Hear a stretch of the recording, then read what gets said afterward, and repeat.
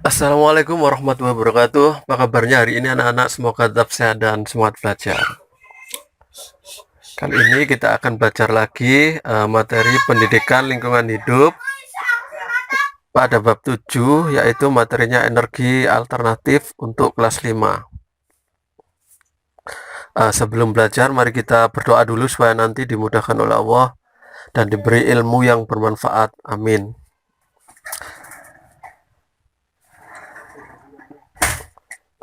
Dalam materi kali ini tujuan belajarnya adalah yang pertama, siswa memahami sumber-sumber daya alam yang dapat digunakan sebagai energi alternatif. Kemudian tujuan pembelajaran yang kedua, siswa memahami pentingnya dari penggunaan energi alternatif. Sumber energi alternatif. Alternatif berasal dari kata alternatif yang artinya pilihan atau alternatif atau pengganti atau jalan lain. Jadi energi alternatif artinya adalah sumber energi yang dapat digunakan untuk menggantikan suatu sumber energi yang lain sesuai dengan keperluannya. Misalnya minyak tanah untuk memasak dapat digantikan gas LPG.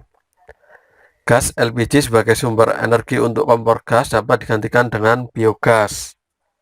Keperluan listrik di daerah terpencil dapat diganti dari tenaga mikrohidro. Di sini ada beberapa sumber energi alternatif. Yang pertama, biogas. Biogas adalah gas yang didapat dari proses pembusukan sampah dan atau kotoran hewan. Kotoran yang biasa digunakan untuk mendapatkan biogas adalah kotoran sapi. Menurut susunan kimianya, biogas terdiri atas gas metana. Biogas dapat digunakan untuk memasak dengan menggunakan kompor gas. Kompor gas yang digunakan adalah sama dengan kompor gas LPG. Hanya saja selang yang menuju tangki LPG diganti dengan selang yang menuju tangki biogas.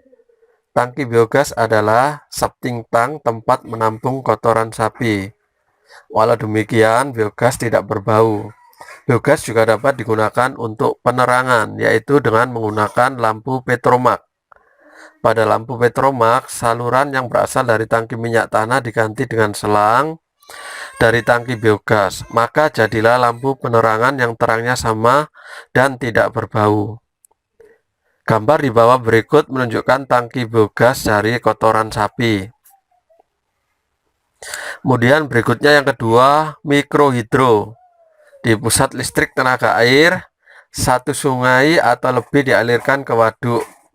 Dari waduk tersebut dibangun pintu air yang dikendalikan cermat. Pintu air tersebut digunakan untuk memutar kinci air. Kinci air itu digunakan untuk memutar generator listrik yang dayanya ratusan ribu atau bahkan jutaan watt. Air sungai dapat dibendung, ketika mengalir dapat digunakan untuk memutar kincir air. Semakin banyak air yang mengalir, semakin besar pula kekuatannya untuk memutar kincir. Jika kincir itu dihubungkan ke generator listrik ikut berputar, maka dihasilkan energi listrik. Karena jumlah airnya sedikit dan daya yang dihasilkan tidak sampai ratusan ribu watt, maka disebut listrik mikrohidro. Di bawah ini adalah contoh air sebagai sumber energi PLT mikrohidro. Nah, kemudian yang ketiga, energi angin. Energi angin sudah digunakan manusia sejak 3000 tahun yang lalu. Zaman dulu, energi angin digunakan untuk menumbuk biji-bijian, memompa air, dan sebagai penggerak perahu layar. Tenaga kinetik angin sekarang sudah mulai banyak dipergunakan sebagai pemutar angin dengan menggunakan turbin angin, baik untuk rumah maupun untuk keperluan bisnis. Jika baling-baling yang digerakkan sudah disambungkan ke generator listrik, maka akan dihasilkan energi listrik energi angin.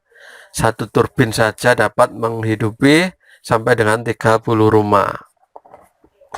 Kemudian berikutnya yang keempat, bahan bakar minyak nabati atau biofuel. Bahan bakar minyak nabati sesuai dengan namanya, nabati berarti berasal dari tumbuh-tumbuhan. Bahan bakar minyak nabati berarti bahan bakar yang berasal dari tumbuh-tumbuhan. Di masyarakat dikenal biodiesel atau biosolar. Biodiesel atau biosolar ini berasal dari tumbuh-tumbuhan, misalnya biji jarak. Biofuel terdiri dari biodiesel, bioetanol, dan biooil. Bahan bakar ini dapat menggantikan bahan bakar fosil, misalnya solar.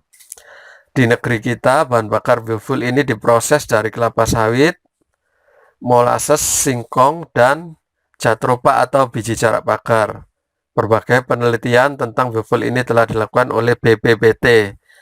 Di bawah ini adalah gambar-gambar biji-bijian atau tumbuh-tumbuhan yang digunakan untuk bahan bakar minyak nabati. Kemudian yang kelima adalah bahan bakar hidrogen. Hidrogen dapat berperan sebagai pengganti bahan bakar minyak bumi maupun sebagai pembangkit listrik.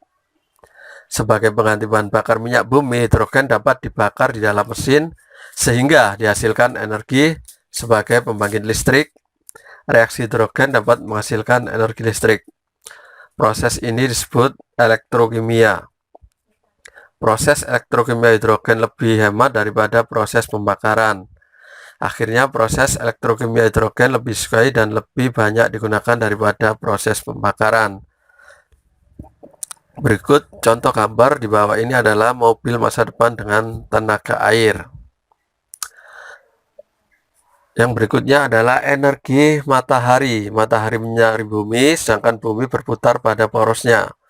Akibatnya terjadi siang dan malam. Wilayah yang paling banyak mendapat cahaya matahari adalah wilayah tropis, yaitu wilayah yang terletak antara 23,5 derajat LS sampai 23,5 derajat LU. Negeri kita terletak di kawasan tropis sehingga sangat kaya energi matahari. Energi matahari dapat diubah menjadi energi listrik dengan menggunakan sel surya. Contoh sel surya yang kecil ada pada kalkulator. Kalkulator yang menggunakan sel surya dapat hidup tanpa baterai asal terkena cahaya. Sekarang yang B, pentingnya penggunaan energi alternatif.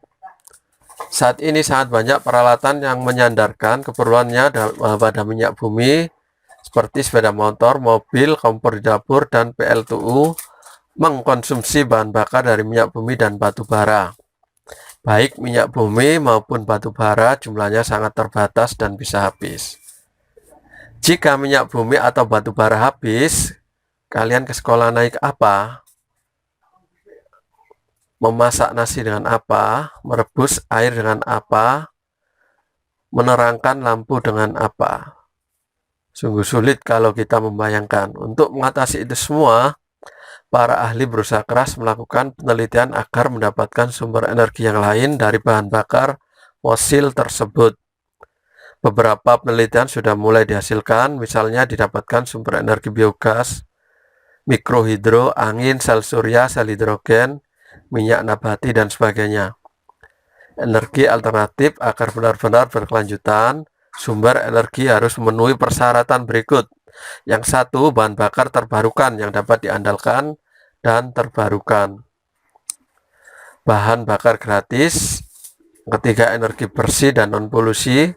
Yang keempat, teknologi yang diperlukan untuk mengkonversi energi dari sumber terbarukan ke energi yang berguna sudah tersedia. Yang kelima, teknologi energi terbarukan biaya kompetitif dengan bahan bakar konvensional. Yang keenam, teknologi ini adalah sumber desentralisasi kekuasaan. Yang ketujuh, teknologi memungkinkan individu untuk mengendalikan produksi kekuasaan mereka sendiri. Salah satu manfaat yang paling penting penggunaan energi alternatif adalah tidak menghasilkan polutan. Manfaat energi alternatif adalah memperluas dan mendorong ekonomi dan menciptakan lapangan kerja. Ya anak-anak, sampai di sini dulu pembelajaran kita kali ini. Semoga bermanfaat untuk kalian semua. Terima kasih. Sampai jumpa pada pertemuan berikutnya. Wassalamualaikum warahmatullahi wabarakatuh. Waalaikumsalam.